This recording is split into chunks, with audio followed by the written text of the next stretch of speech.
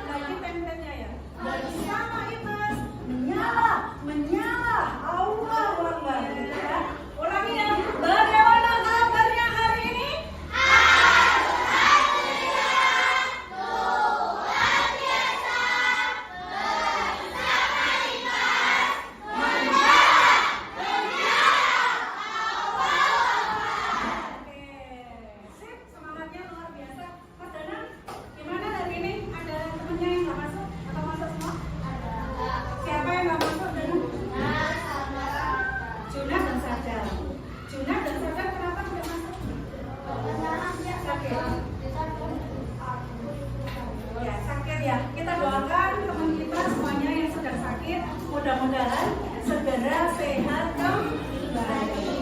Oke anak-anak, pelajaran apa hari ini? Masih ingat ya kalau Ustazah bilang IPAS? Jawabannya adalah benar gitu ya. Oke, hari ini kita belajar IPAS. Materi yang kemarin yang sudah kita pelajari tentang IPAS, waktu kalian kerja kelompok itu belajar tentang apa? Otot. Ya betul, otot. Otot itu ada berapa? 3. 1 otot? Otot lurik? Otot poros? Otot yang melindungi area bagian kita manusia, jantung adalah otot jantung, pintar sekali. Otot yang melekat pada tubuh manusia adalah otot rangka atau lurik. Betul. Itu adalah materi yang kemarin. Nah, sekarang hari ini anak-anak kita akan belajar tentang penyakit. Wah, penyakit kok dipelajari ya? Iya, penyakit itu dipelajari karena sumber penyakit kadang kita nggak tahu dari mana sumbernya penyakit. Kebetulan penyakit ini adalah hubungannya dengan gangguan anggota gerak manusia. Tujuannya belajar untuk mengetahui gangguan gerak manusia tujuannya apa? Ada yang tahu? Tujuannya? Biar tahu Ustaz, biar paham, mengenal penyakit-penyakit yang hubungannya dengan anggota gerak, biar tahu juga cara mencegah panjang.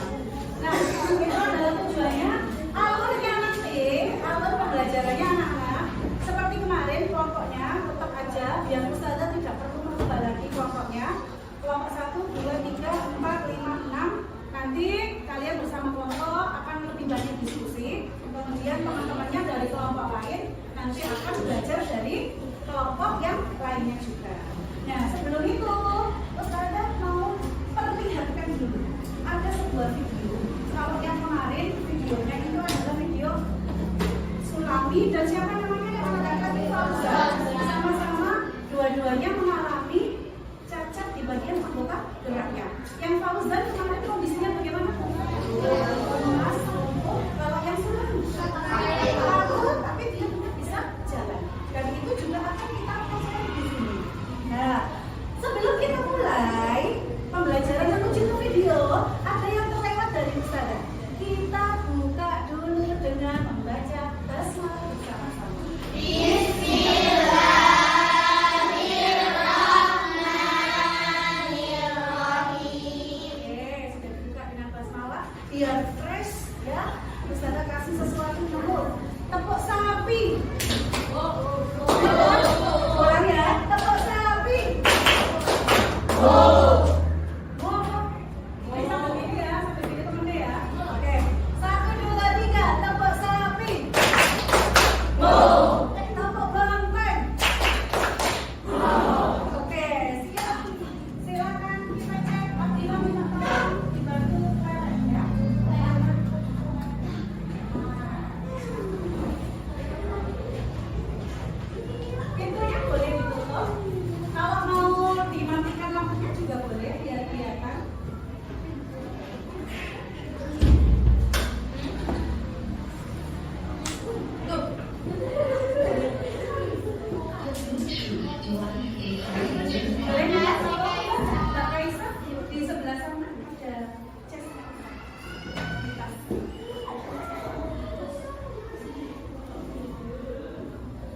Masing-masing kelompok silakan mengamati video berikut ini ya.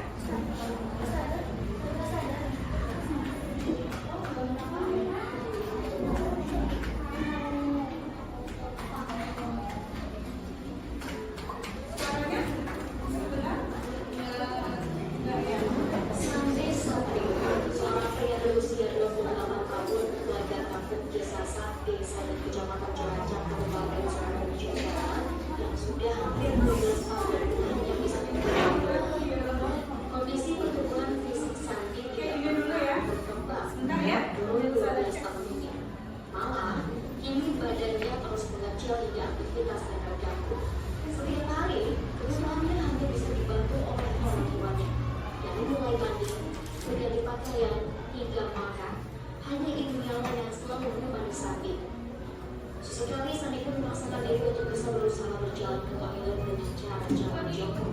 Namun ia kerap merasa kesakitan jika dipaksakan terlalu lama untuk jalan jongkok tersebut.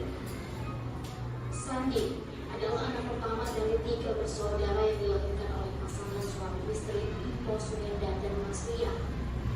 Menurut orang tuanya, Sandi mulai menderita kelumpuhan sejak kelas 1 SMP.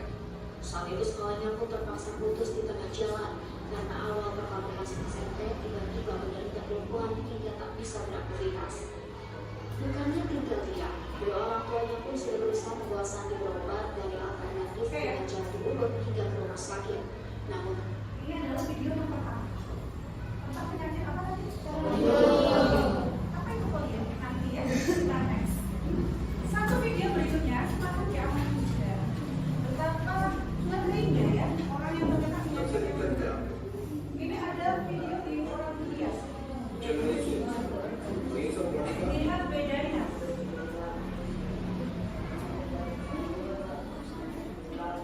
Amati setiap videonya. उसके बाद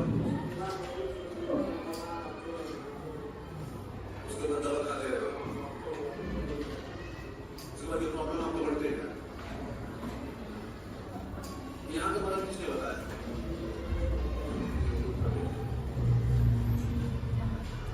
Lihat dalam perjalanan sampai membutuhkan apa ini kan?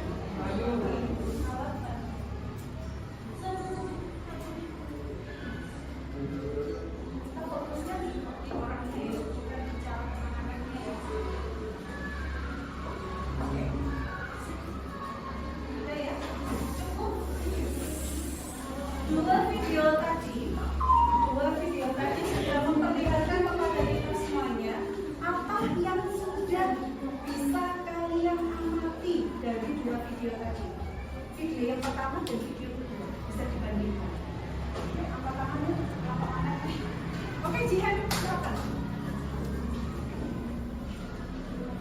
Pak, boleh suaranya lebih lantang.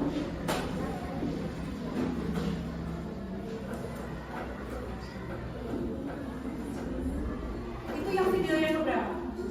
Pertama. Lalu video yang kedua. Boleh ditambahin? Oke, siapa di sini? Boleh. Ya, agak lantang suaranya.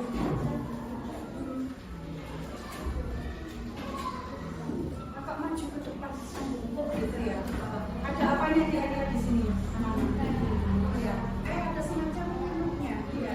Nah, video pertama tadi bentuknya katanya Jihan itu bentuknya baris-baris, agak kesulitan, ada semacam bengkoknya, tubuhnya kurus sekali. Kemudian yang kedua, tubuhnya seperti ada punuknya dan maju ke depan. Dua-duanya menurut kalian itu sama-sama gampang nggak jalannya? Yang pertama tadi jalannya sambil ngapain? Jongkok dan sebagainya. Lalu yang kedua, gambar kedua tadi orangnya sambil ngapain jalannya? Bengkok. Dari kedua video tadi, kira-kira itu masuk ke pembelajaran kita hari ini? Ya. Tentang apa yang ada ini? Penyakit, tentang ya polio dan yang kedua tahu? Osteoporosis. Wah, apa itu ya? Osteoporosis, polio, ada yang bilang lordosis dan sebagainya. Dan kita akan kulik hari ini semuanya. Bersama kelompok semuanya, hari ini kan sudah ada nih, ada yang berlima, ada yang berempat, ada yang bertiga. Masing-masing kelompok silakan tunjuk ketuanya. Ya, gantian atau tetap boleh. Lalu tunjuk nomor punggung 1, 2, dan 3, 4 sampai 9. Kalau sudah ditunjuk, ketua kelompok silakan menerima instruksi dari Ustazah. Tapi sebelum itu, Bibi minta tolong Mbak Bibi menjaga tangan.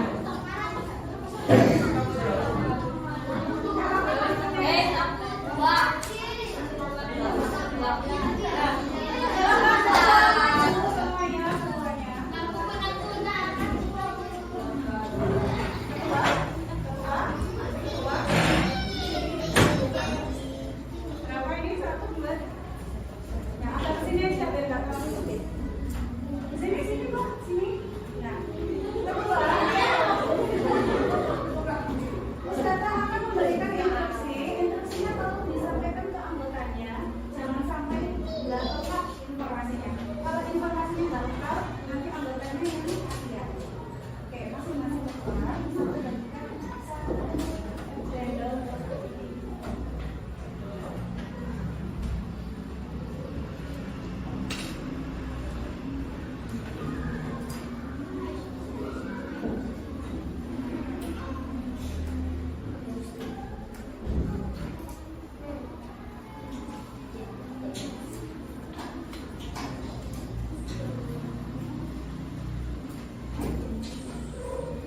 Nah, setelah selesai membawa rekeningnya, ketua boleh menginformasikan ke anggotanya dibagi tugas.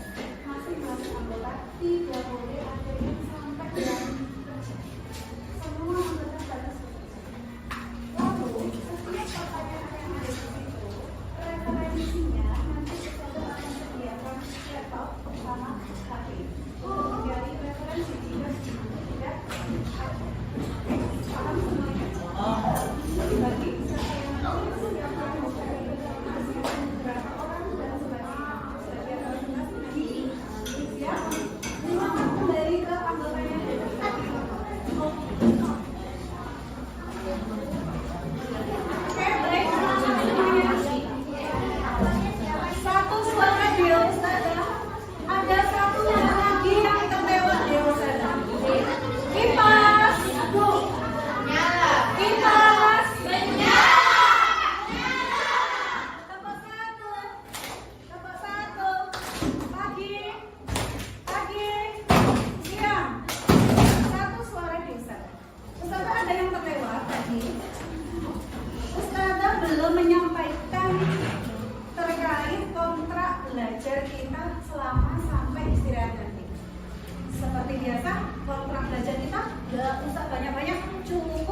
aja yang penting paham. Yang pertama apa tentang belajarnya? Fokus. Yang kedua, dua ini saja yang penting dijalankan oleh semua anggota atau siswa yang ada di kelas ini. Apa tadi yang pertama kontraknya? Fokus. Yang kedua, oke. Imas. Oke, silakan dibagi. Waktu RKPD 10 menit cukup. Waktunya 10 menit cukup. Oh, 20 menit. Jangan bayangkan ini 15 menit ya. 15 menit. Boleh di bawah boleh, di atas boleh ya.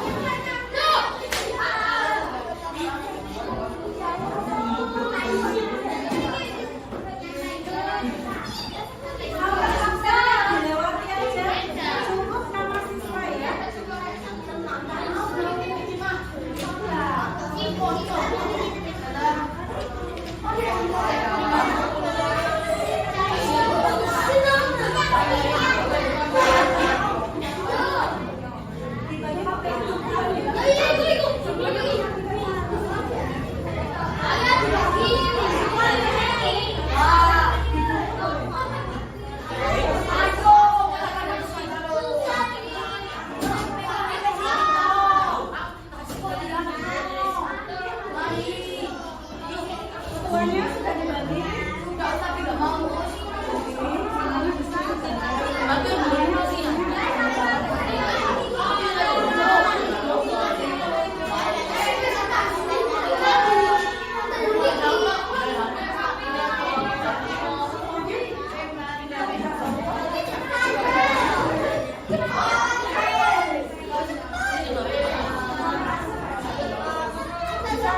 Siapa tadi yang baru ya?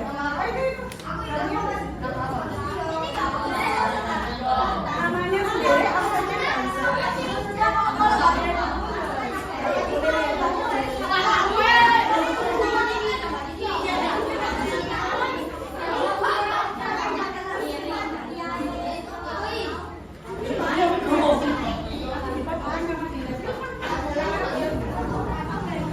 ada waktunya, hati-hati. Waktunya hanya 15 menit anak-anak. Jadi nanti di sini 11:15 harus sudah selesai ya. 11:15. Oh, pesawat-pesawat kan? Kalau di laptop, naik mundur aja, jangan naik dulu. Naik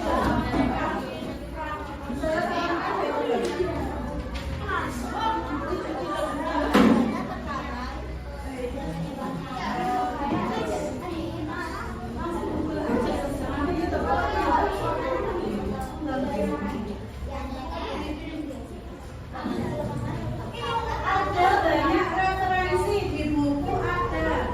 Daripada waktunya di sini membuka fokus yang ada. 11:15 harus sudah selesai. Fokus yang ada. Baik, bisa manajemen waktu sebaik mungkin ya.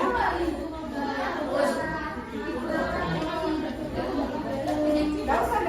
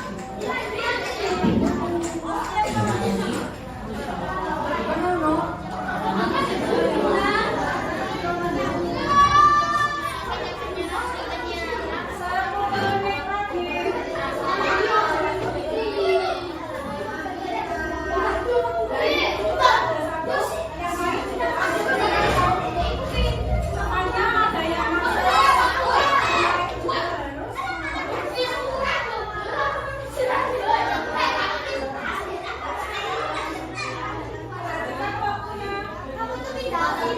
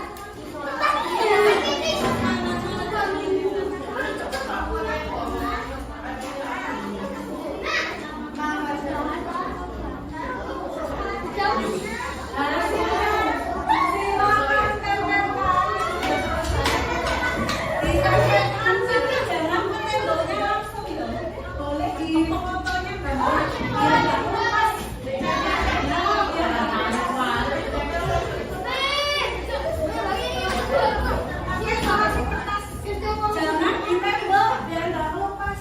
Boleh digambar. Nah, di sini boleh. Kalau ditembak awan lepas.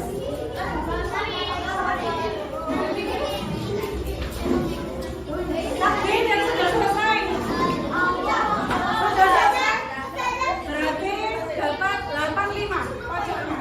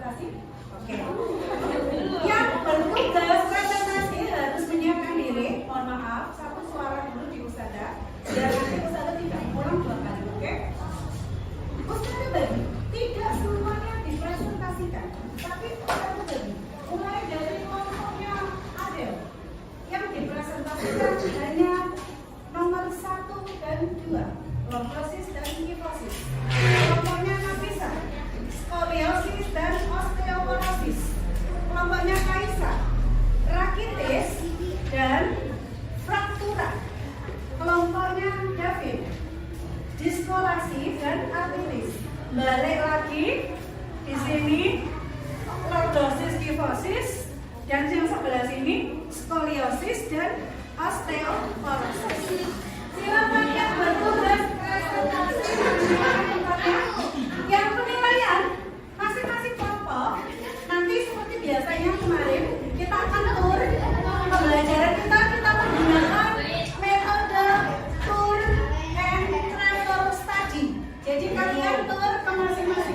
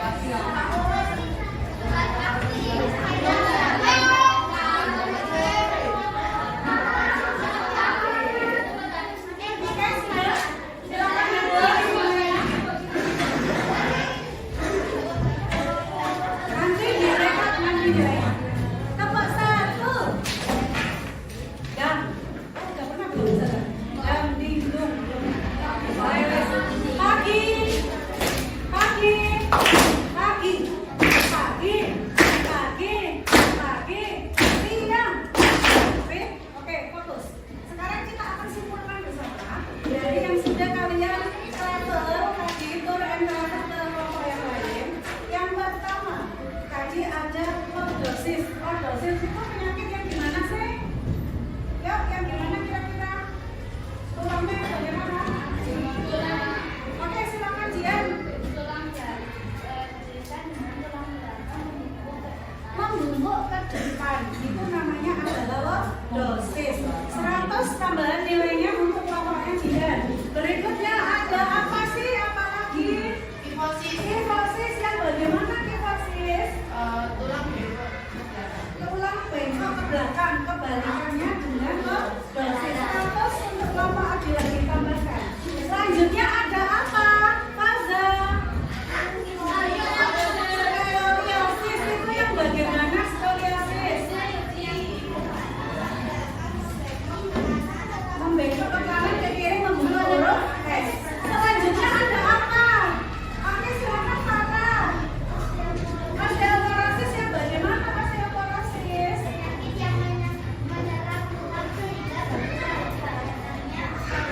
Propos ya, tuanya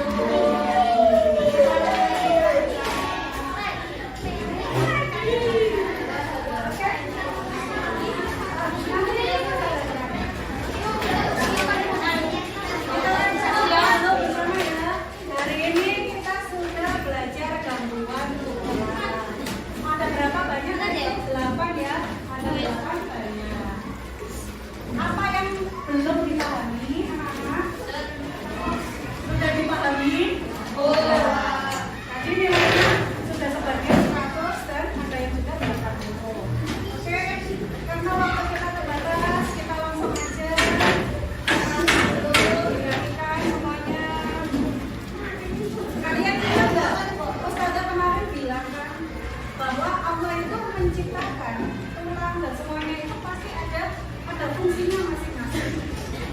Ketika kita hidup di dunia ini, alhamdulillah kita dikasih Tuhan sama Allah. Jadi boleh nggak kira-kira kalau kita nggak ngapa-ngapain minta tolong dong ambilkan itu bawa ini boleh nggak? Nggak boleh. Kecuali dalam kondisi darurat. Karena apa? Karena kita bisa memfungsikan uang kita dengan baik. Lalu pada sebuah hadis 365 sendi yang tersusun di dalam tubuh kita, bagaimana cara mensyukurinya kita? Sholat duha. Dengan cara sholat duha. Nah, itu tadi anak-anak semuanya ya. Bersyukur kita semuanya diberikan peluang yang normal oleh Allah Subhanahu wa Ta'ala. Kita tutup pembelajaran hari ini. Minggu depan jangan lupa disiapkan ulangan hariannya semuanya, mulai dari sistem gerak, rangka, tulang, otot, sampai ke kita ucapkan hamdalah bersama-sama.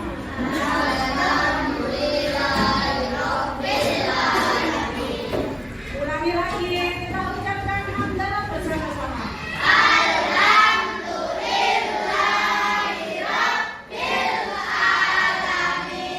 Akhiri dengan doa kafaratul majelis. Assalamualaikum warahmatullahi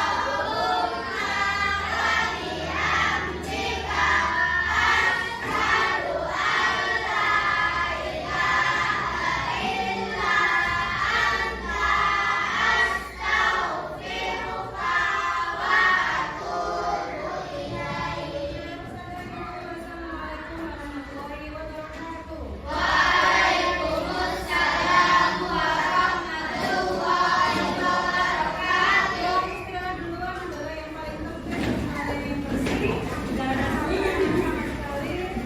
Lalu ketuanya silakan.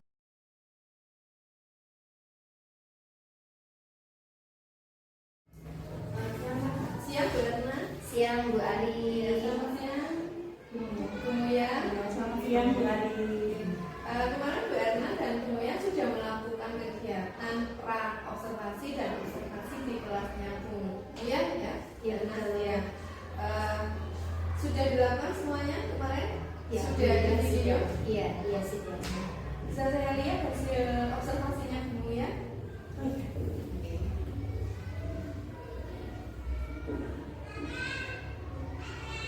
Bisa diceritakan ini kemarin pembelajarannya tentang apa? Materinya tentang gangguan sistem gerak. Materinya kemudian untuk tujuan pembelajarannya sendiri yang ingin dicapai itu mengidentifikasi jenis-jenis gangguan sistem gerak, lalu menganalisis dampak gangguan sistem gerak. Contohnya lebih ke penyebabnya seperti apa, kemudian pencegahannya seperti apa. Gitu. Masih lanjut. Terus untuk model pembelajarannya kebetulan menggunakan problem based learning. Metodenya kita gunakan apa ya kemarin ya? Apa itu namanya kemarin? Lupa. Ini top level. Studying. Oh, ya.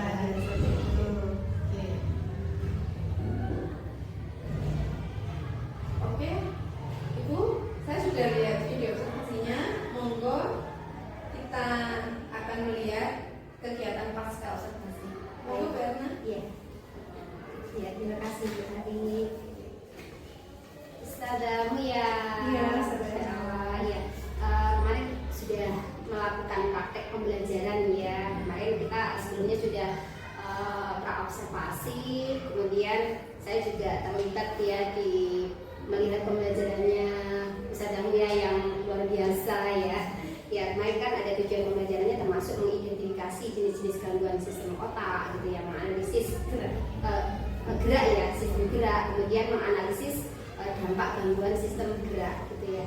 Dan kemarin itu juga sudah disampaikan oleh Bu Buya, itu area pengembangan ya yang dicapai. Bisa diceritakan Bu Buya kemarin area pengembangan yang dicapai dan apakah ini nanti itu sudah tercapai atau belum gitu Bu Buya?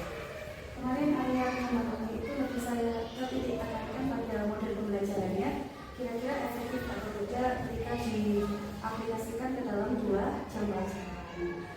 Kemudian dengan metode yang kemarin per travel itu kira-kira materi